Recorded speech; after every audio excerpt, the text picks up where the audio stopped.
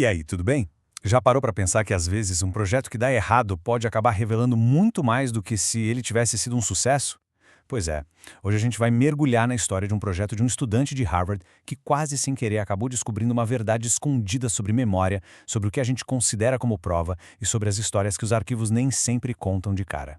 Olha, tudo começou com uma ideia bem ambiciosa. Mas, como o próprio criador do projeto, o Jordan Villegas, descreveu, ele logo de cara deu de encontro com um obstáculo bem pé no chão, sabe? A boa e velha burocracia. E é aqui que a coisa começa a ficar interessante. A história nem sempre está onde a gente procura. Às vezes, as descobertas mais importantes, aquelas que realmente mudam nossa perspectiva, acontecem justamente quando os planos originais, dão completamente errado. Então vamos lá. A ideia do Jordan Villegas era, para dizer o mínimo, radical.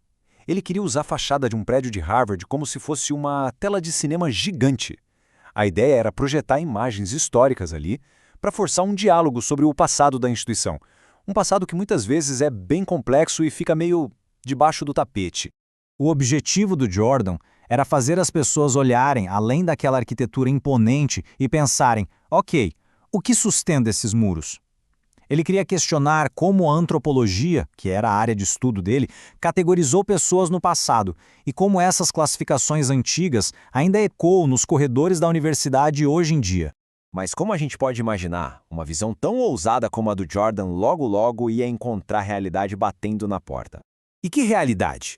O Jordan se viu num verdadeiro labirinto burocrático. Para começar, ele precisava da permissão do Museu Peabody, que era o dono das imagens. Depois, precisava do ok do Instituto Radcliffe, o dono do prédio. E, além de toda essa papelada, surgiram debates éticos super importantes. Era correto projetar publicamente imagens com uma carga racial tão pesada, tão dolorosa? A coisa era bem mais complexa do que parecia. No fim das contas, depois de toda essa luta, a instalação física nunca saiu do papel. E é aqui que muita gente diria: que pena, fim da história. Mas, na verdade, esse fracasso foi o ponto de virada. Foi o começo de uma descoberta totalmente inesperada. Então, o projeto público não rolou. Mas a pesquisa que o Jordan fez nos arquivos, essa sim levou a algo novo. Sem poder projetar as imagens na parede, ele começou a olhar para elas com muito mais atenção, detalhe por detalhe. E foi aí que uma pergunta mudou tudo. Se essas fotos foram feitas para um estudo científico, para categorizar pessoas, por que a qualidade delas era tão ruim?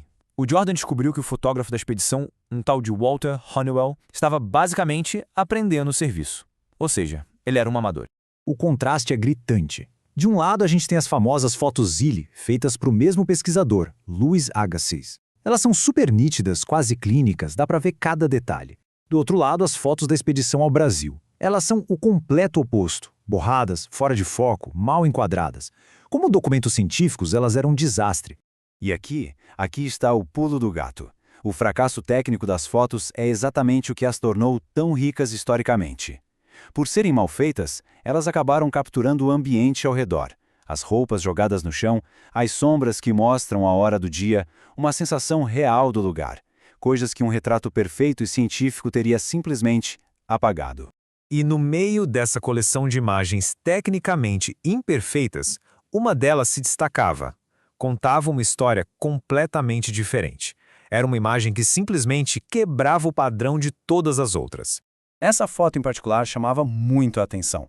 Era o retrato de uma mulher identificada como Ignaz Mina. E, diferente das outras, essa não foi tirada às pressas num pátio qualquer. Tinha algo mais ali. Vamos dar uma olhada mais de perto, quase como detetives. A gente vê detalhes físicos como as cicatrizes e os brincos que parecem ser de ouro.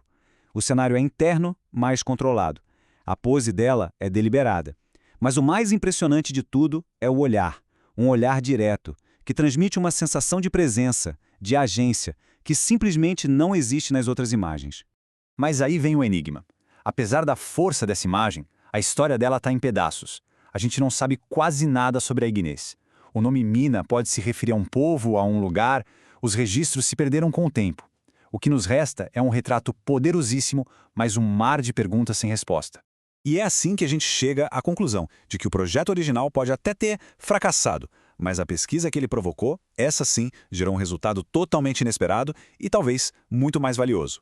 As palavras do próprio Jordan mostram essa mudança de perspectiva. Não se trata de um fracasso, mas de um ganho profundo, pessoal e intelectual. A busca pela instalação na parede do prédio levou ao entendimento muito mais fundo do material com o qual ele estava lidando. No final das contas, o projeto encontrou um novo lar, um site na internet. E essa mudança deu à pesquisa um alcance muito maior, muito mais permanente do que a instalação física jamais teria. Agora, a história está disponível para qualquer pessoa em qualquer lugar do mundo. Isso tudo nos deixa com uma pergunta para refletir, né? A história do Jordan e sua descoberta acidental nos mostra que, às vezes, é na imperfeição, no erro, no chamado fracasso, que a gente encontra as verdades mais profundas sobre o nosso passado. Talvez a verdadeira história não esteja naquilo que foi perfeitamente guardado, mas sim no que foi acidentalmente revelado. Vale a pena pensar nisso. Obrigado pela companhia